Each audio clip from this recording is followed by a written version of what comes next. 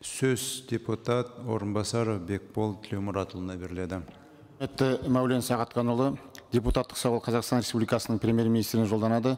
Құрметті Олжас Абайұлы, бізге кедендік алымдар кәдеге жарату және бастапқы тіркеу ставкаларына қатысты азаматтардан ұдайы өтініштер келіп түсуде. Аталған мәселе бойынша парламент депутаттары да бірнеше рет депутаттық сауалдар жолдады. Алайда үкімет тарапынан екі жақты да қанағаттандыратын нақты экономикалық есептерге, ғылыми қорытындыларға негізделген шешім әлі күнге дейін ұсынылған жоқ. Қалыптасқан жағдайдың өзгеріс жалғасу азаматтарымызға автокөлік сатып алу мәселесін жылдан жылға қол жетімсіз етуде. Осыған байланысты келесі мәселелерге тоқталғым келеді. Кәдеге жарату мен бастапқы тіркеу алымы енгізілгенге дейін Қазақстанның жеңіл көлік паркі жыл сайын орта есеппен 280 мың көлікпен толықталып отырды. Мәселен, 2005 жылы жеңіл көліктер саны 1,2 миллион бірлік болса, 10 жылда ол 4 миллион автомобильге дейін өсті. Осы кезеңде көліктердің орташа жасы 18 жылдан 12 жылға дейін төмендеп жақсарды. Қазіргі таңда Қазақстандағы жаңа автокөліктің қымбаттылығы, кәдеге жарату және алғашқы тіркеу алымы жұмыс істеген 8 жылдағы көрсеткіштер жеңіл автокөліктер паркінің құрылымын теріс өзгертті. Осы шаралардың салдары жеңіл автокөліктердің паркін 4 миллионнан 3,7 миллион теңге дейін төмендетті. Автокөліктердің орташа жасы 12 жастан 20 жасқа дейін өсті. Жалпы 2022 жылдың басында 10 жастан асқан автокөліктердің үлесі 63%-ды құрады. 2022 жылғы жағдай бойынша салыстырма ретінде өзге ел автокөліктерін орта жастан алып қарайтын болсақ, Ресейде 14, Еуроодақта 11,8, ақш-та 12,2, Белоруссияда 12,3, ал Қазақстанда 22 жасты құрап отыр. Мәселені тұрақтандыру үшін 2016 жылдан бастап жеңіл автокөліктерге кәдеге жарату коэффициенттері 2 рет өзгерді. Еліміздің автопаркін жаңарту үшін бұл шаралар жеткіліксіз болғандығын тәжірибе көрсетіп отыр. Сарапшылардың пікірінше, кәдеге жарату коэффициенттерін қайта қарау шаралары есеп-қисапсыз, қолайсыз дөрекі есептелген. Қазақстанда кәдеге жарату төлемінің мөлшерлемесі заң және жеке тұлғалар үшін бірдей. Ал Ресей мен Беларусьте жеке тұлғалар үшін жеке тарифтер әлдеқайда төмен болып келеді.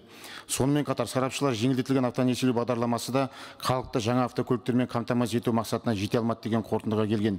Мемлекеттік бағдарламалар шеңберінде 7 жыл ішінде нақты берілген қарыздардың жалпы сомасы 300 миллиард теңгені құрады. Жеңілдетілген автокредиттерді беру ескірген автокөліктер үлесінің төмендеуіне айтарлықтай әсер еткен жоқ. Мысалы, 2023 жылы бірінші шілдедегі жағдай бойынша Қазақстанда тіркелген жеңіл автокөліктердің жалпы санының тек 1% ғана жеңілдетілген несиелеу бағдарламалары шеңберінде сатып алынған. Бірақ барлық мәселені әлеуметтік тұрақсыздыққа алып келген автокөліктердің жасына байланысты бастапқы тіркеу мөлшерлемесі еш өзгеріссіз қалуда. Бүгінгі күні 3 жастан асқан авто үшін бастапқы тіркеу мөлшерлемесі 2024 жылы 1,8 миллион теңгеден астам соманы құрап отыр. Өзге елдерде жоқ алым тарифінің жоғары болуы халыққа бірден төлеу тым ауыр тиюде. Сондықтан бастапқы тіркеу мөлшерлемесін халықаралық тәжірибелердің негізінде талдаудың кезегі келді деп пайымдаймыз. Жаңа және сапалы автокөліктердің қол жетімсіздігі машиналарды есепке қоюдың заңсыз жағдайлардың көбеюіне себеп болды. Мемлекетке келтірілген залал қомақты шығындарға бағалануда. Сәйкесінше Қазақстан криминалды жолмен әкелінген автокөліктердің тұрақты жинақталатын автоқлам мемлекетіне айналуда. Құрметті Олжас Абайұлы, жоғарыда аталғандардың негізінде келесін ұсынамыз. Бірінші, қозғалтқыш көлемі 2000 текше сантиметрге дейінгі 3 жастан аспайтын автокөліктер үшін кәдеге жарату алымының мөлшерлемелерін 150 мың теңгеден аспайтын етіп қайта қарауды. Екінші, кедендік баж есептеу кезінде кедендік торды азайту жағына қарай қайта қарау. Қазіргі уақытта автокөліктердің көпшілігі әсіресе Қытайдан Қазақстанға Қырғыз Республикасы арқылы әкелінетін фактілер бар. Өйткені автокөлік иелері қосымша құн салығы мен баждарды біздің мемлекеттерімізге қарағанда бірнеше есе аз төлейді.